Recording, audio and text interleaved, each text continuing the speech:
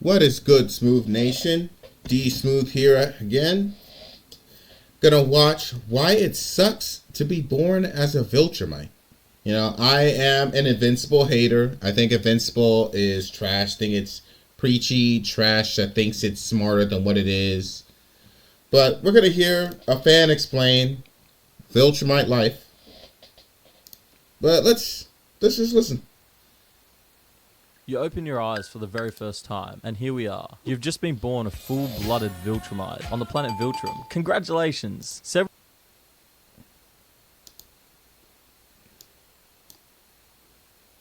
tall figures dressed in Gotta make sure prevent copyright by making that loud and proud. battle armor. Check your vital signs in the monitors as they decide your fate. Yeah, the viltrumite. In fact, tell me what you guys think below. Who's more toxic? Who's more evil? The viltrumites or the Saiyans? Tell me what you guys think below. Doctor. Or maybe he's just a regular guy with a stethoscope. Who knows? You're a baby. It's hard for you to tell. Your parents, who are also still in their uniforms, breathe a sigh of relief. You see, the viltrumites have a strong policy about childbirth, which means that only the strong children are allowed to survive. The rest are, well, don't worry about the rest. I can understand where animals do that, but these things are intelligent. Viltrumites are intelligent people so what's their excuse? I mean, normally the strong can help the weak.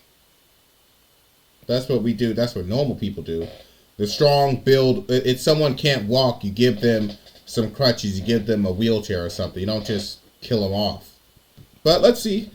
This means that you get to go home to your parents, but viltrumite babies don't really get to watch Cocomelon with their stuffed animals. Instead, they place you in a gravity chamber 4 times the strength of Earth, where every muscle in your tiny body is forced to adapt to intense pressure. Your cries echo off steel walls as you try to lift your head, but no one comes to comfort you. On Viltrum, weakness will never be rewarded, even as a baby. Now that you've made it to 2 years old, you're already showing signs of the power within you. The average fully grown viltrumite can lift at least 400 tons, but as a toddler, you're not quite there yet. Your quote-unquote toys are really just heavy-weighted blocks, and you're doing pretty well with them. You've also— That's funny, just 400 tons.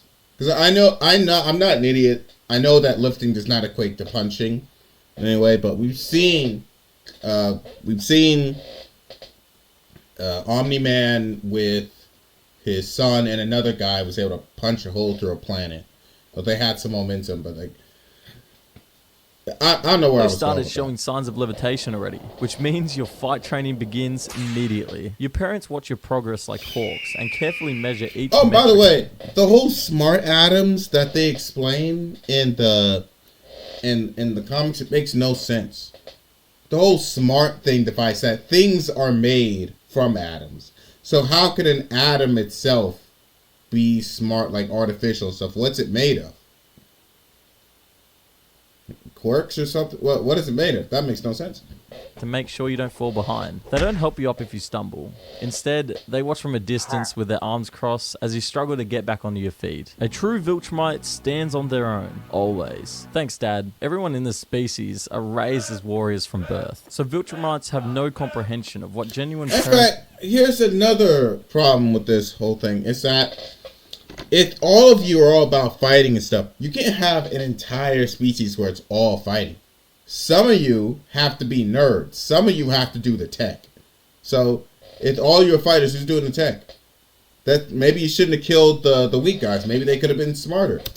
Love is like. Now at 5 years old, you seem to be holding up well so far, so it's time for you to be thrown into the Juvenile Combat Initiative. It's full of other kids your age, but this isn't a playground. It's a battlefield for children. Basically, just a toddler fight club. On your first day, you're matched against a boy named Laro, who's a little older than you and twice your size. There's only one way to win these matches: incapacitate your opponent. Good luck out there, kid. As the match begins, Laro charges at you and knocks you off your feet. Those extra years of conditioning have given him an advantage in strength, but around these parts, there's no excuse. Get up. One of your instructors growls. You pull yourself up. I'm just fantasizing fighting in my head. That's why I'm making these faces. When he stumbles backwards, you take the opportunity to knock him to the ground. The crowd of children and parents erupts into applause. At 5 years old, you've earned their respect. For now. As a planet, Viltrum is run by the military and has one goal: conquer everything. It's been slowly expanding its empire for thousands of years, taking over nearby planets one at a time. The Viltrumites believe that they're the most superior being in the universe, destined to rule over everyone else. So every part of this society exists to breed the perfect soldiers to feed this galactic takeover. Your first day of school on Viltrum is pretty straightforward. Every subject ties back to the Empire's ideals. History class only exists to glorify past conquests. Science focuses on weapon development, and even mathematics is taught through the perspective of warfare logistics. Your PE class is really just combat training with a side of cardio, and every failure is punished. You better be perfect, kid, or you're not going to make it much longer. School still has some memories that'll stick with you forever though. In history class, you're now old enough to learn about the events of the Purging, when Viltrumites culled the weak from their population to ensure only the strongest survived. Hundreds of thousands of years ago, before they set off to conquer the stars, Viltrum was rocked by a horrific civil war. This war began when Viltrumites that valued strength and believed in their natural superiority got together and decided to kill all the weak members of the species. So I see fighting and my head immediately goes to action and stuff. That's why I'm doing this. Made it to my autism. I don't know. I would have been killed in Voltron if I was born there. Anyone who opposed them or were deemed unfit were executed in a global bloodbath called the Purging. Years later, the planet lay in ruins and half the population had died, but at least the weak had been eliminated. From that point on, you know, the weak, quote unquote, play a purpose in this world. That's why the weak do play a purpose in this world. You're killing off people who could have been useful. Just because they're not physically gifted or any way doesn't mean they couldn't be gifted in other ways. Viltrumites adopted a brutal doctrine of eugenics, meaning only the strong were allowed to survive on Viltrum. Viltrum was rebuilt by its superhuman population, who then set their sights on creating a galactic empire. They established the World Conquering Committee, an organization responsible for the expansion of the empire. The pattern was always the same. A planet targeted for assimilation would be offered a chance to willingly join the empire in patronage. Those that refused were destroyed by an army of flying supermen. It's a tough lesson to swallow as a kid, but it's important to your survival that you understand. You may no longer be a baby, but it's never too late to abort you. Now at 10 years old, your training escalates. You're sent on your first observation mission to a freshly conquered planet. As you fly down, the air is thick with the scent of burning rubble, and the skies are black with smoke. Villages burn and cities lie in ruins. You follow your squad leader. Oh, and by the way, couldn't you say that Omni-Man's whole mission to conquer Earth, it really didn't make any sense. It really made no sense. Okay, so you have to go to Earth, become this superhero figure, and then lead them into an invasion where they take over and they eliminate the weak. It doesn't make any sense. Why would you stay there for an entire lifetime? Like, if you have the power to just destroy the planet, just destroy the planet. Just pull up, say, hey, I'm the boss. You're going to do what I say. If you don't, I'll kill you. And just murder everybody from the jump.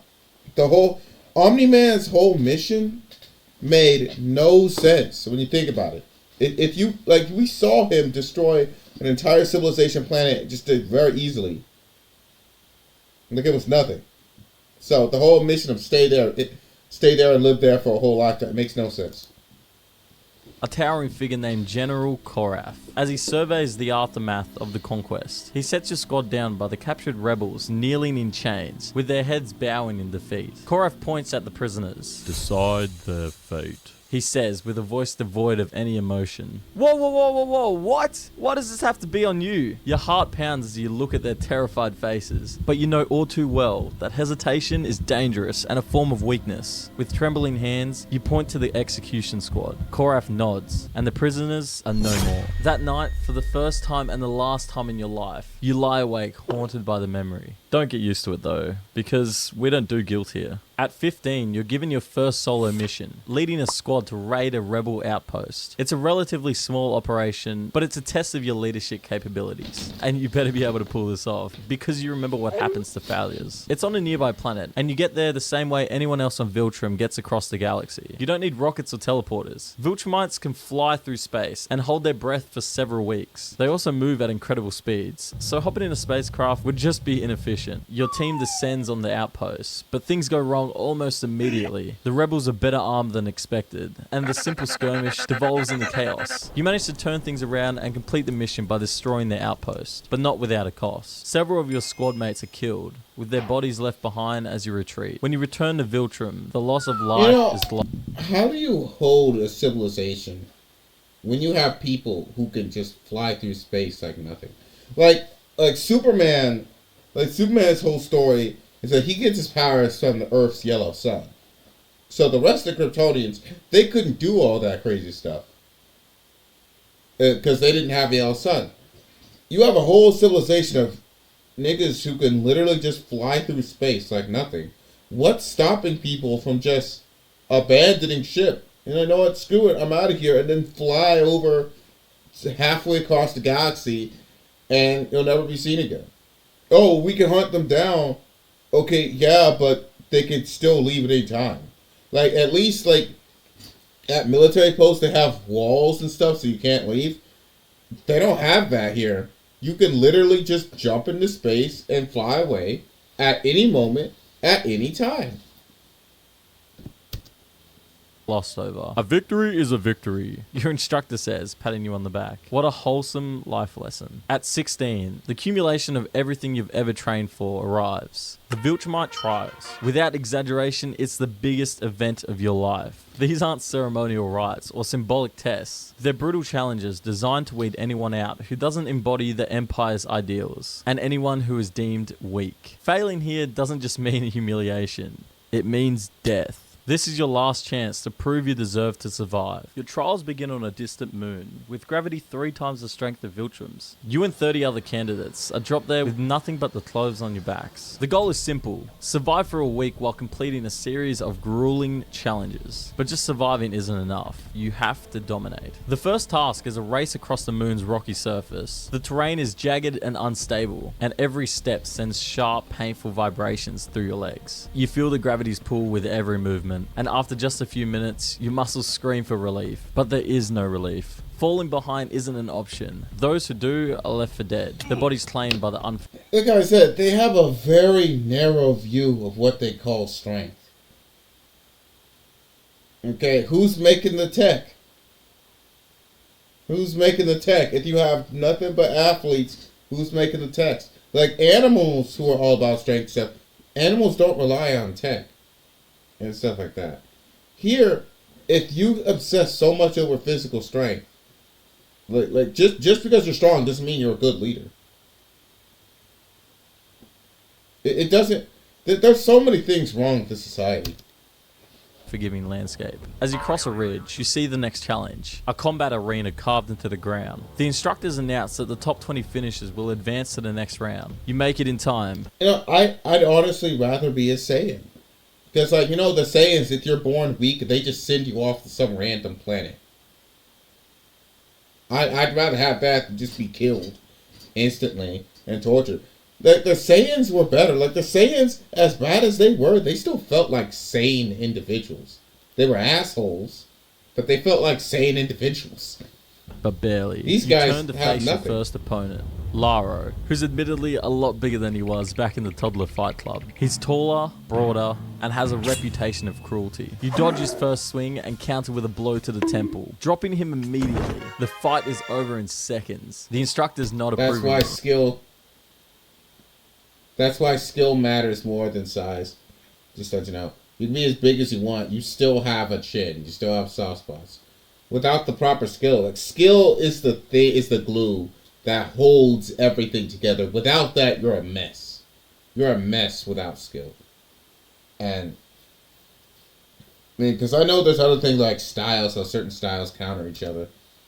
But the expressions remain cold. There's no praise here, just acknowledgement that you've done what's expected. By the third day, only 12 candidates remain. The trials shift focus to teamwork. An ironic twist, given the Viltrumites' emphasis on individual strength. You're paired with two others, Corvin, a quiet but fiercely skilled fighter, and Vetra, an impulsive recruit with a talent for improvisation. Your task is to infiltrate a simulated rebel stronghold and eliminate its defenders. The simulation is anything but simple. The quote-unquote defenders leaders are seasoned Viltrumite soldiers tasked with stopping you at any cost. As you approach the stronghold, Vetra rushes ahead, ignoring your orders. She's caught in an ambush and Corvin pulls her back just in time. The three of you regroup and devise a new strategy. You take the lead, coordinate an assault that outmaneuvers your defenders. It's messy and chaotic, but it works. By the end of the exercise, you've secured the stronghold and eliminated the targets. Back at the trial grounds, the instructors debrief your group. They commend your leadership, but criticize Vetra's impulsiveness. A team is only as strong as its weakest link, one of them says, fixing her with a steely gaze. Vetra's jaw tightens, but she doesn't respond. The lesson is clear. Even teamwork on Viltrum is a tool,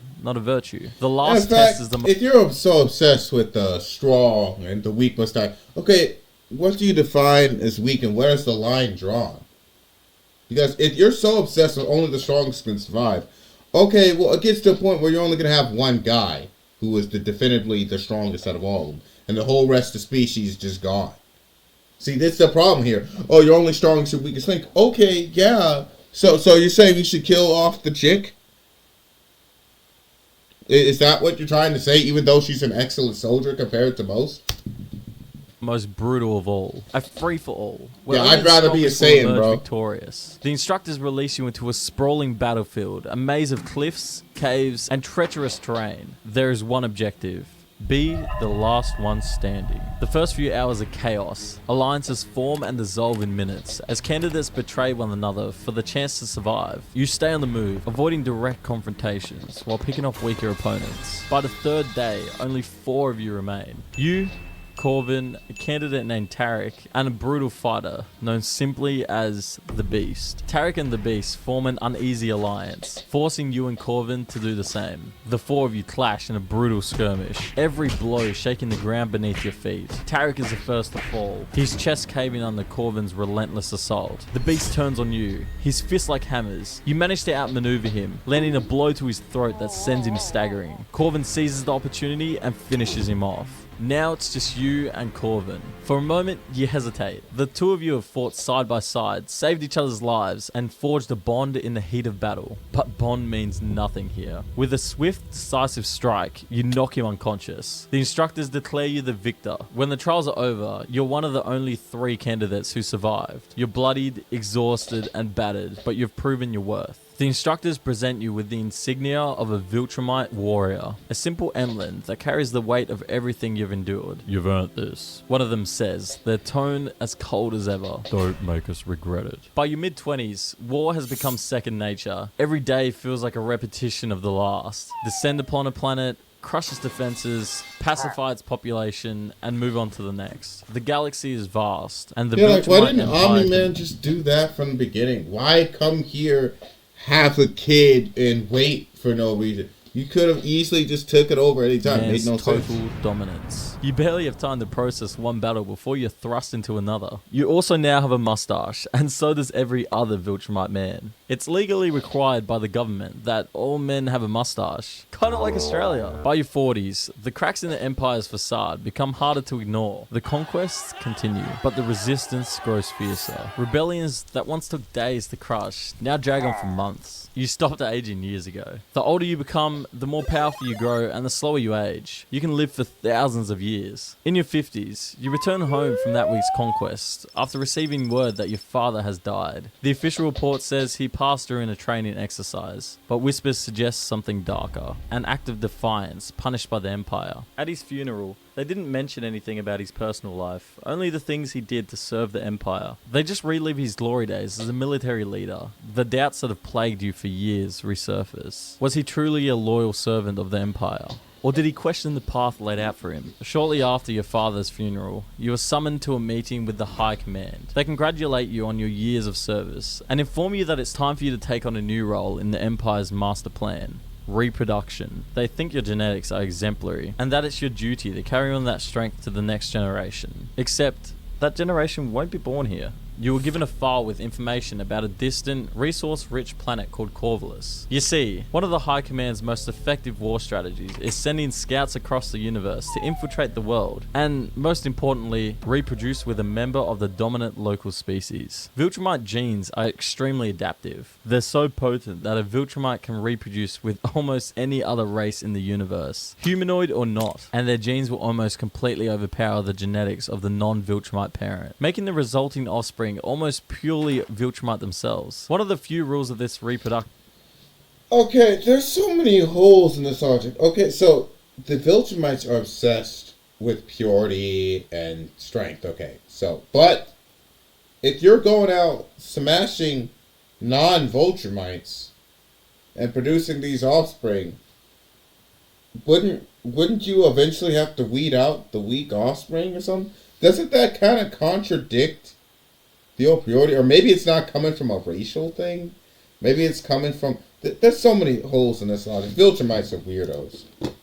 I'd rather be program are that you're only allowed to procreate with genetically similar species. The more naturally compatible the mate's race is, the sooner the offspring will inherit all of the standard Viltrumite abilities. Humans of Earth, for example, are so genetically close to Viltrumites that a human Viltrumite hybrid is nearly identical to a pure-blooded Viltrumite and will eventually become just as powerful. But why are they doing all this? To create more Viltrumites and take over that planet. Looking at the file, the population of Corvus is humanoid, very good, and the world has been deemed a prime candidate for genetic integration. Your mission is to establish yourself among the Corvans, produce offspring, and solidify Viltrumite influence on the planet. At first, this feels like a break from the endless battles. Go live a normal life and start a family? For a guy like you, that sounds almost too easy. But this isn't about building a family. It's about the Empire's agenda. The children you father won't belong to you. They'll belong to Viltrum. When you arrive on Corvus, you see it's quite beautiful. Not that you'd ever admit that. The Corvalans are peaceful people,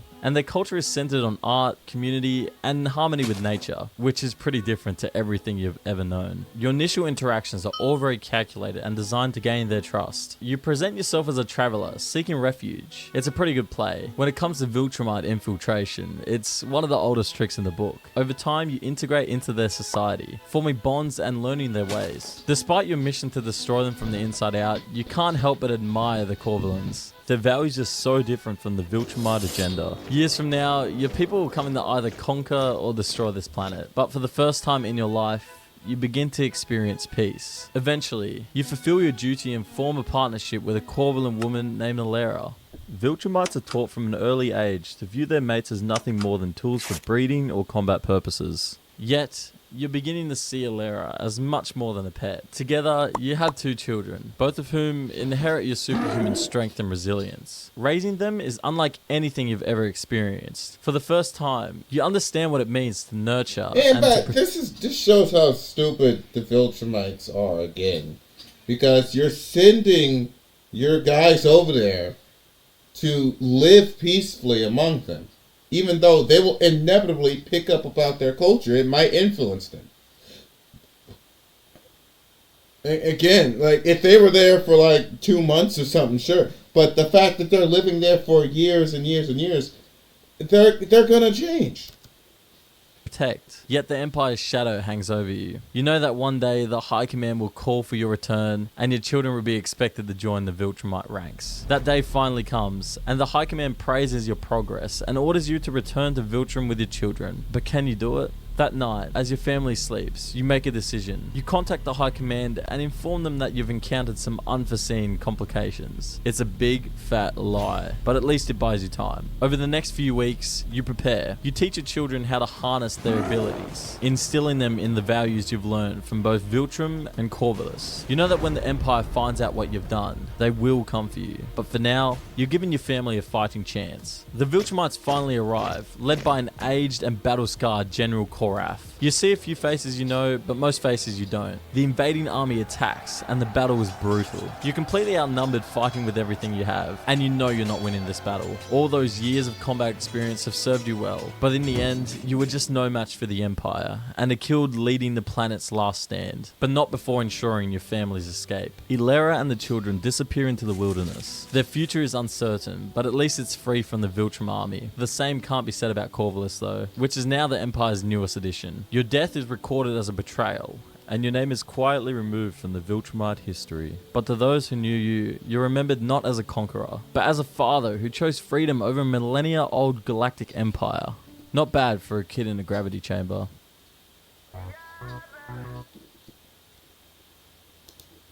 Oh, that was nice. Gonna end it there. Well, guys, tell me what you guys think below. Like and subscribe. Which would you rather be, a Saiyan or a Viltrumite? I pick Saiyan. Viltrumites are weirdos. Say what you want about Saiyans, but at least they make sense. I can imagine myself sitting down, having a cup of coffee, just chilling with Raditz. I can imagine myself chilling with Vegeta, with Nappa, with all the other Saiyans. I can't do that with a Viltrumite. They're too crazy for me. Tell me what you think below. See you guys later.